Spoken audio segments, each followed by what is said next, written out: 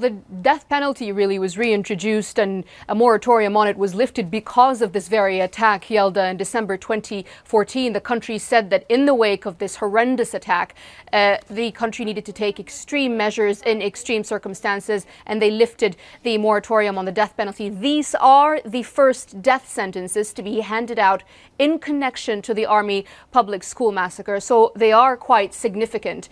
Now, in that statement made by the Pakistani Army, they named 7 men, 6 of which were sentenced to death and 1 to life in prison. They said that some of these men were connected to a group called Tawheedul Jihad Group, or the Unity of Jihad Group, and named 1 man as a member of the Pakistani Taliban. Now, this group is fairly unknown here in Pakistan. Not many people have heard of it, but what the Pakistani Army have said is that these men have been given a fair trial and they will be allowed an appeal in a courts of appeal. I must say, though, that the controversy surrounding the attack itself, why it was allowed to happen in the first place, why there wasn't enough security in a school like the Army public school, but also the delay and the opaqueness, really, of the process of catching these men, of investigations. All of these things were brought up in the past few months by the victims' families, and now we have these names